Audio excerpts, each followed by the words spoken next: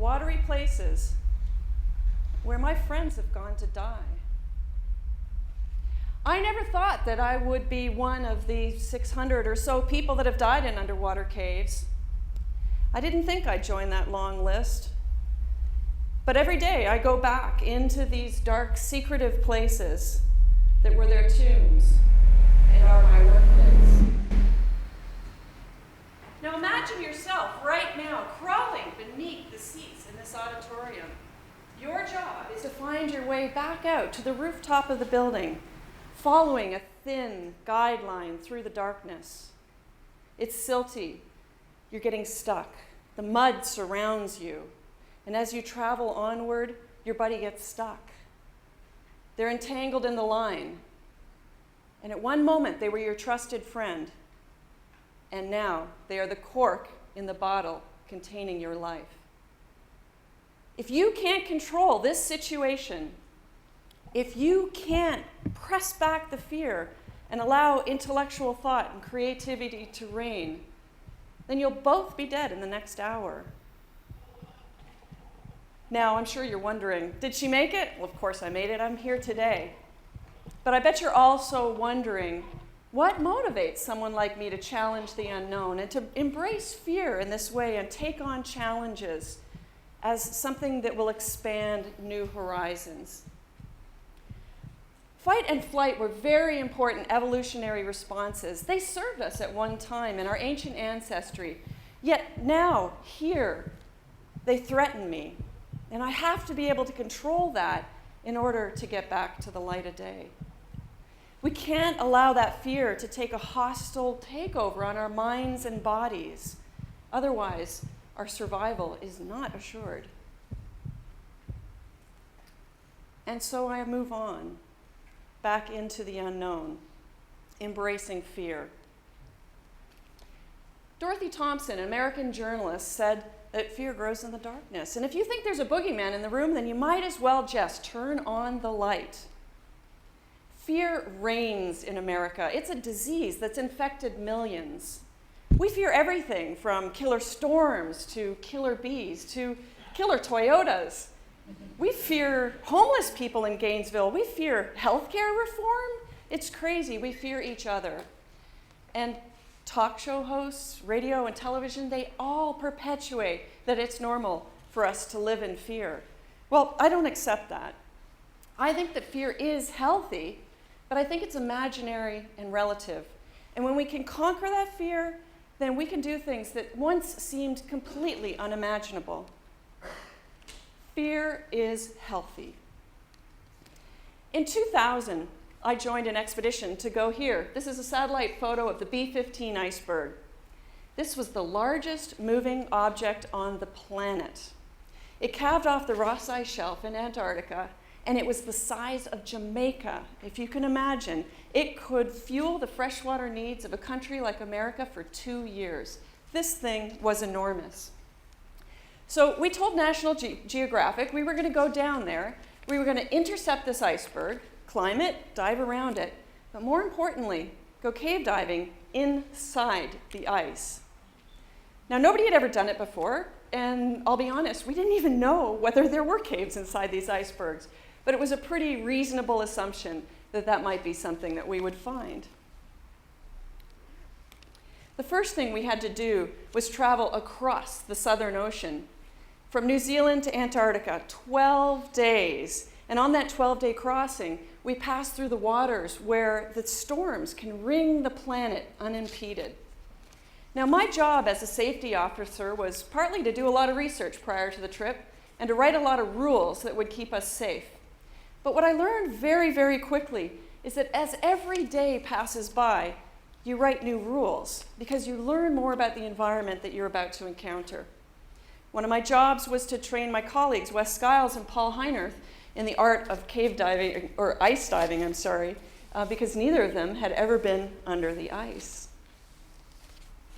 Every day we got closer to our destination, we met a lot of new challenges. Some we expected, some we didn't, but a lot was very different than what we'd anticipated. We knew we were following the path of Sir Ernest Shackleton and his historic expeditions, but I don't know if we really expected to be completely trapped in the ice. It was fascinating. And as we moved ever closer, the ice became more and more threatening. And every day we had to meet and talk and use communication and versatility to make decisions that everybody could be happy with. Because if you're going to be on a ship with a bunch of teammates for 60 days and nobody can go home, you've got to be able to find some kind of resolution and comfort so that people feel safe in the endeavors that they're taking on. So we began our diving, and when we got down inside the ice, we found these incredible, incredible worlds, places that nobody had ever seen before.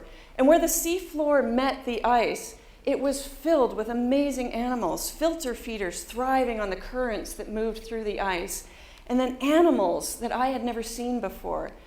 It was absolutely fascinating and breathtaking. Now, we also met a lot of challenges on this project. On one of our ice cave dives, we were swept through the iceberg, deposited on the other side, out of sight of the boat, awaiting to be picked up. And believe me, you feel like an ant on the planet when you're this tiny spot floating in the ice near Antarctica.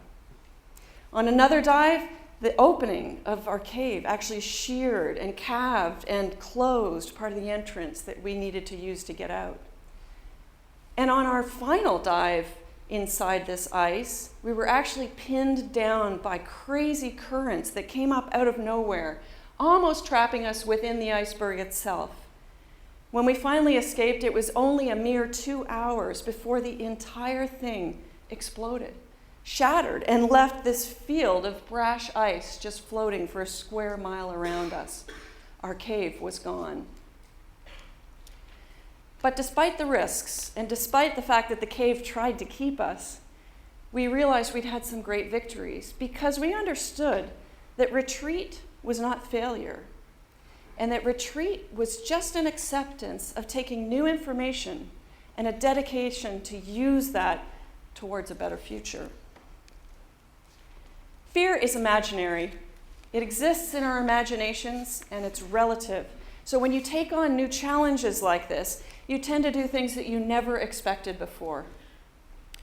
In 98-99, I was involved in a project at Wakulla Springs in North Florida, a cave diving expedition set up by the US Deep Caving Team. And we had some pretty remarkable equipment that we used during that project. In fact, some people likened it to a 3-ring circus because this was not the normal stuff that you saw in a Florida state park. This little transfer capsule here allowed us to do some deep decompression and be hoisted to the surface inside a pressurized capsule and then locked into a recompression chamber to finish our mission. And that, for me, meant some extraordinary dives, some things that I didn't expect to do even when the project itself started. This is the kind of equipment we use. It's a rebreather. It's like a spacesuit. And it recycles every exhaled breath, scrubs it clean of carbon dioxide, and sends it back to you with a little bit more oxygen. It allows, again, for some very deep, very long dives. And by the time we would actually go diving, each of us would be carrying somewhere between 300 and 500 pounds of rebreathers, tanks, scientific equipment, filming gear, all kinds of amazing stuff. And this was the crown jewel of the project. This was actually developed by fellow TEDster, Dr. Bill Stone. This is a sonar mapper, and as you drive it through the spaces in the Earth, it actually paints this beautiful picture in exact measurements of the area around you. And while we were swimming through this cave, topside, we had a radio location team using ultra-low frequency radio to track our every movement so they knew precisely where we were beneath the surface of the Earth. This is how it looked when it all got together, and this is what allowed me to go almost 2 miles into the planet, 300 feet deep, and do a mission that totaled 21 hours, including all of the decompression. When we came back from the dive itself, our decompression started deeper than most people will ever dive in their lives, at 260 feet deep. But rather than risking safety divers, we actually used a little wellhead camera. And we swim up to the camera, wave, let everybody know that everything's fine, and then they don't have to send anyone down until we're a little bit shallower. We would eventually get up to the point where we could reach that transfer capsule. We stripped out of all of our gear, safety divers came and got it, and then they hoisted it to the surface. Now there's a black box in that rebreather, and they could download that black box and see all the data of what our dive entailed, knowing where we'd been and what we'd done. Meanwhile, we'd spend a long night in the recompression habitat, relaxing, breathing off bibs masks, and eating horribly squished, awful tasting food. I actually had a birthday cake in that recompression chamber, and if you send in a full-size birthday cake, it arrives to you about an inch tall, and believe me, it doesn't taste very good. Even a McDonald's milkshake arrives as half a cup. Meanwhile, we're still in the chamber, and people are already starting to crunch the data from the map, an amazing set of points. And then slowly, the map begins to evolve. With every drive into that cave, we get more detail, and we know even more about the environment. Now, not only did that take Dr. Bill Stone's innovations, but it also took a team of 150 volunteers, people who gave a day, an hour, a week, a month, or 3 months volunteering to participate in this groundbreaking expedition. Overcoming these fears opens new horizons for us.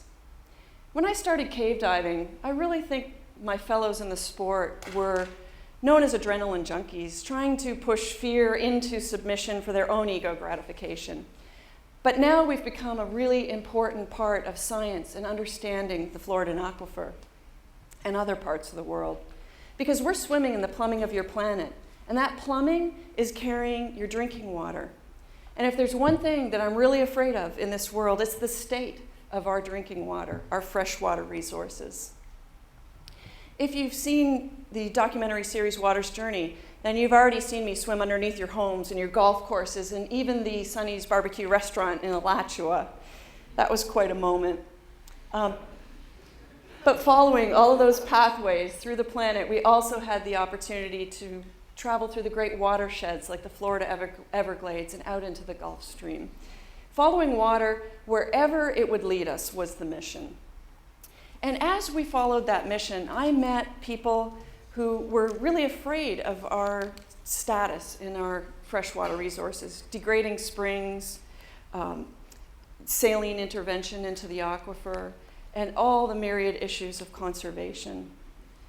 And I also met legislators and policymakers who weren't brave enough to make bold decisions that might not have an effect until well after their term of office. They were too focused on the next term. And as I traveled through the planet in all of these strange places, this under the very Walmart on 13th Street, in fact, I saw that all that we have wrought upon the surface of our land will be returned to us to drink. In the global sense, you should be worried, because desperate, thirsty people will go to desperate measures in order to feed and nourish their families and take care of their farms and simply survive. In that global sense, you should already see that water wars are erupting around the world, whether it's Bolivia or India or the Himalayas or drought-ravaged Africa or the Colorado River here in the United States. We're going to fight wars over water, not over oil. But I want you to take that fear, and I want you to take a step. No, I want you to take a leap into the unknown and do something about it. Now, you can start small, start simple, start refilling a water bottle, and remind yourself how great our tap water is because it comes from the Floridan aquifer. I also want you to lose your love affair with the golf course-style green lawn because the fertilizers and the pesticides cost you money and they despoil our aquifer in the future. It's gotta go. And I want you to conserve every drop of water as if you didn't know where the next one was coming from. It's so important. Then I want you to take a leap. Do something new. Expand your sphere of awareness. Do something you've never done before. Take a challenge. And don't let your local water resources get mined and sold to the highest bidder, because that's contrary to the availability for all. And clean water and sanitation are basic human rights that should be afforded to everybody on this planet, no matter how we have to do it. If you can't do that, then at least participate in a local cleanup or send some money to drill a well in another part of the world that needs it. Fear will show you the way. I want you to plod relentlessly towards it. If you have kids, I want you to let them skin their knees so they learn to make good decisions later. I want you to embrace fear yourself so that you can learn from it and make new revelations. If you don't chase fear, you're going to spend the rest of your life running from it. Jackson Brown said, "Don't be afraid to go out on a limb because that's where the fruit is. Go and experience the fruit." Yes, over 600 people have died in underwater caves. And as I said, some of them were my very close friends. But we have learned from their misfortunes. And I believe that if you give people the chance to experience new opportunities and challenge the status quo, then they will deliver beyond your wildest dreams, and they'll break down the barriers into the unknown. Thank you.